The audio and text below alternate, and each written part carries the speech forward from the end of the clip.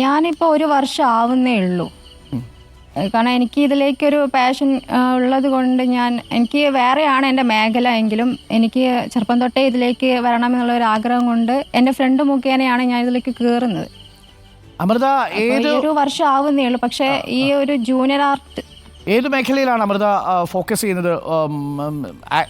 Actress ആയിട്ടാണോ, അതായത് അഭിനയമാണോ, സാങ്കേതിക പ്രവർത്തനമാണോ, സംവിധാനമാണോ? എനിക്ക് പിന്നെ അഭിനയത്തിൽ കോൺസെൻട്രേഷൻ ചെയ്യണമെന്ന് എനിക്ക് ആഗ്രഹം ഉണ്ടായിരുന്നു. പക്ഷെ ഈ ഒരു സാഹചര്യം ആകുമ്പോഴത്തേക്കും ഞാൻ ഇപ്പോൾ കുറച്ചൊന്ന് ബാക്കോട്ട് ഒന്ന് ചവിട്ടി പിടിച്ചെന്ന ഒരു അവസ്ഥയിലാണുള്ളത്. അല്ലാതെ എൻ്റെ മേഖല എന്ന് പറയുന്നത് ജേർണലിസം മേഖലയാണ്. ഞാൻ ഓൺലൈൻ ചാനലുകളിലും പിൻവാങ്ങാൻ തീരുമാനിച്ചെന്ന് വെച്ചാൽ ഞാൻ ജൂനിയർ ആർട്ടിസ്റ്റ് ആയിട്ടാണ് പോകുന്നത്. നമുക്ക് ക്രൗഡ് വർക്കായിട്ട് ഉണ്ടാവുന്നത്.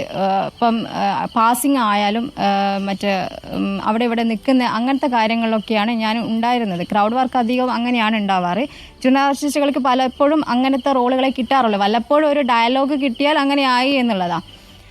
അമൃത, ഒരു വർഷം മുമ്പാണ് ചലച്ചിത്ര മേഖലയിൽ ജൂനിയർ ആർട്ടിസ്റ്റ് ആയിട്ട് വരുന്നത്. നമുക്ക് അവിടെ മുതൽ തുടങ്ങാമെന്ന് തോന്നുന്നു. കാരണം ഇത് പ്രേക്ഷകർ അറിയട്ടെ എന്താണ് സംഭവിക്കുന്നത്. മാത്രമല്ല ഇത് കുറച്ചധികം ആളുകൾ നമുക്കൊപ്പം കാര്യങ്ങൾ വെളിപ്പെടുത്തുമെന്നാണ് മനസ്സിലാക്കുന്നത്. അമൃതയിൽ നിന്ന് നമ്മൾ തുടങ്ങുക.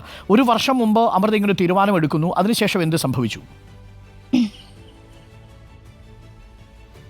ഇതിൽ വെച്ചാൽ നമ്മൾ വർക്ക് ചെയ്യുന്ന സമയത്ത് നമ്മളോട് പെരുമാറുന്ന എന്നെ സംബന്ധിച്ചിടത്തോളം എനിക്ക് സെൽഫ് റെസ്പെക്റ്റ് കൊടുക്കുന്ന ഒരാളാണ്. അപ്പോൾ മറ്റുള്ളവർ നമുക്ക് തന്നിട്ടില്ല എങ്കിൽ പോലും എനിക്ക് എൻ്റെ ഒരു വാല്യൂ ഞാൻ കൊടുക്കുന്ന ഒരാളാണ്. എൻ്റെ അഭിമാനം അല്ലെങ്കിൽ അത് നഷ്ടപ്പെടുത്തിയിട്ട് നിൽക്കുന്ന ഒരാളല്ല ഞാൻ. അപ്പോൾ ഈ ഒരു ജൂനിയർ ആർട്ടിസ്റ്റായിട്ട് പോകുന്ന സമയത്ത് നമുക്ക് തരുന്ന ഒരു വാല്യൂ ഉണ്ടല്ലോ. നമ്മൾ അഭിനയിച്ചതിന് നമുക്ക് തരുന്ന കൂലി, ആ കൂലി നമുക്ക് തരുമ്പോൾ ഇതിനകത്ത് കിട്ടിയില്ല എന്നാൽ പൊക്കോ എന്ന് പറയുന്ന ഒരു അടിമയെ പോലെ സംസാരിക്കുന്ന ഒരു പ്രവണത. പിന്നെ കൂലി തരാൻ വേണ്ടി നമ്മൾ ഒരുപാട് പേ ചെയ്യുന്ന ഒരവസ്ഥ. നിങ്ങൾ തന്നില്ലല്ലോ എന്നുള്ളൊരു രീതി. ഒരു 1500 അല്ലെങ്കിൽ 2000 ഒക്കെയാണ് ജൂനിയർ ആർട്ടിസ്റ്റിക്ക് കൊടുക്കുന്ന തുക. അതിൽ നിന്ന് കുറച്ച് മാറ്റിപ്പിടിച്ച് മുക്കിയൊക്കെ ഒരു 500 എന്നുള്ള രീതിയിലേക്ക് മാറുന്ന ഒരവസ്ഥ. അമൃത, എത്ര സിനിമകളിൽ ജൂനിയർ ആർട്ടിസ്റ്റ് ആയിട്ട് ലൊക്കേഷനുകളിൽ പോയിട്ടുണ്ടാവും അമൃത? ഞാനൊരു 3-4 മൂവിയിലേ പോയിട്ടുള്ളൂ. ഈ ആരാണ് നിങ്ങളെ കോൺടാക്ട് ചെയ്യുന്നത്? ഈ ജൂനിയർ ആർട്ടിസ്റ്റുകളെ കോൺടാക്ട് ചെയ്യാൻ, കോർഡിനേറ്റ് ചെയ്യാൻ ഒരു കൺട്രോളർ ഉണ്ടാവുമോ? അതല്ല സാധാരണ പ്രൊഡക്ഷൻ കൺട്രോളർ തന്നെയാണോ നിങ്ങളെ വിളിക്കുന്നത്? കോർഡിനേറ്റേഴ്സ് ഉണ്ടാവും. കോർഡിനേറ്റേഴ്സ് ഉണ്ടാവും. ഓക്കെ.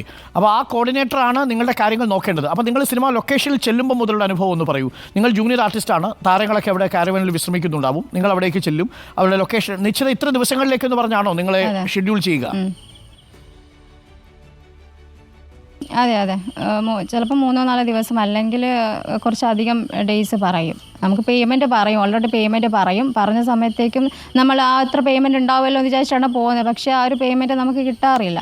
മാത്രമല്ല നമുക്ക് ആ ഒരു വാല്യൂ, ഒരു മനുഷ്യനുള്ള ഒരു പരിഗണന ഉണ്ടല്ലോ, അതിനൊരു വാല്യൂ അവർ തരാറില്ല. അപ്പോൾ അവിടെ ചെല്ലുന്ന സമയത്തുള്ള ഒരു ട്രീറ്റ്മെൻറ്റ് എങ്ങനെയായിരിക്കും? നമ്മൾ ഡയലോഗില്ല, അവർ നമ്മൾ പറയും ചില സീനുകളിൽ ഇങ്ങനെ നടന്നു പോകുന്നതാണ്. ഈ കാര്യങ്ങളൊക്കെ നിങ്ങളോട് ഡയറക്ടർമാരാണോ പറയുക? അല്ല, കോർഡിനേറ്റേഴ്സ് തന്നെയാണ് പറയുക. കോർഡിനേറ്റേഴ്സ് അല്ല, അവിടെയുള്ള കൺട്രോൾ ചെയ്യുന്ന ആൾക്കാരുണ്ടാവും. അപ്പോൾ അവർ തന്നെ പറയും എങ്ങനെയാണ് ചെയ്യേണ്ടത്, അവിടെ നിന്നാൽ മതി എന്ന് പറയും. അപ്പോൾ ലൊക്കേഷനിൽ ചെല്ലുമ്പോൾ നിങ്ങളുടെ പ്രാഥമിക ആവശ്യങ്ങൾ പോലും നിറവേറ്റാനുള്ള സാഹചര്യമില്ല എന്നതാണ് ഇതിൽ വന്നിരിക്കുന്ന ഒരു പ്രധാന വെളിപ്പെടുത്തൽ.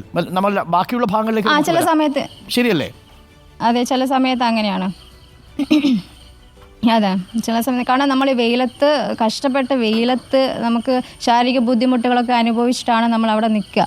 അപ്പോൾ അത്രയും സമയം നിന്നിട്ട് നമ്മളോട് ആ ഒരു വാല്യൂ നമുക്ക് തരുന്നില്ലെങ്കിൽ ക്യാഷ് കിട്ടിയില്ല എന്നാൽ പൊക്കോ എന്ന് പറഞ്ഞിട്ടുള്ള ഒരു രീതിയിലുള്ള ഒരു ഇതാണ് കാണുന്നത്. അതുകൊണ്ടാണ് ഞാൻ അതിൽ നിന്ന് ഇപ്പോൾ കുറച്ചൊന്ന് ചവിട്ടി പിടിച്ചത്. എത്ര മണിക്കൂറൊക്കെ അമൃത ലൊക്കേഷനിൽ അങ്ങനെ നിൽക്കേണ്ടി വരും? ഒരു രാവിലെ 6 മണിക്ക് ലൊക്കേഷനിൽ എത്തണം എന്ന് പറയും. അപ്പോൾ നമ്മൾ ഗ്യാങ് ആയിട്ടാണ് പോവുക, പെൺപിള്ളേരൊക്കെ കൂടെ ഉണ്ടാവും. അപ്പോൾ 6 മണിക്ക് എത്താൻ പറയും. അപ്പോൾ 6 മണി തൊട്ട് വൈകുന്നേരം ഒരു 6-7 മണി വരെ നമ്മൾ അങ്ങനെ നിൽക്കണം. ഇടയ്ക്ക് ഭക്ഷണമൊക്കെ കൃത്യസമയത്ത് തന്നെ കിട്ടൂ? ഭക്ഷണമൊക്കെ കറക്റ്റ് ടൈമിൽ കിട്ടാറുണ്ട്. ഓക്കെ. അതിനുശേഷം ഇവർ വെയിലത്ത് നിർത്തുന്നു, അല്ലെങ്കിൽ ഈ പറയുന്നത് പോലെ ചില ലൊക്കേഷനിലൊക്കെ ഭയങ്കര പരിതാപമാണെന്നാണ് പറയുന്നത്. അതെ. അതിനുശേഷം വൈകുന്നേരം പോകുമ്പോഴാണ് ഈ പ്രതിഫലം 2000 പറഞ്ഞു, 500 ആയിരിക്കും കിട്ടുക. ബാക്കി ആരും അടിച്ചുകൊണ്ട് പോകുന്നത്? യഥാർത്ഥത്തിൽ പ്രൊഡ്യൂസറുടെ കയ്യിൽ ഇത് 2000 വാങ്ങുന്നുണ്ടാവും അല്ലേ അമൃത? അത് ഉണ്ട്. ഓക്കെ, അപ്പോൾ തൊഴിലിടങ്ങളിൽ കോർഡിനേറ്റർ തന്നെയാണ് ഇതിൽ നിന്ന് എടുക്കുന്നത്. കൃത്യമായ വേതനം നൽകുന്നില്ല എന്നുള്ളത് വളരെ പ്രധാനപ്പെട്ട ഗുരുതരമായൊരു തൊഴിലവകാശമാണ്. നമ്പർ 1. നമ്പർ 2, ഇതിപ്പോൾ പ്രത്യേകിച്ച് പെൺകുട്ടികൾ നിങ്ങൾ കൂട്ടത്തോടെ പോകുമ്പോൾ ഒരു അരക്ഷിതാവസ്ഥ ഈ പെൺകുട്ടികൾക്കൊക്കെ അമൃതയ്ക്ക് അടക്കമുള്ളവർക്ക് അവിടെ അനുഭവപ്പെടാറുണ്ടോ?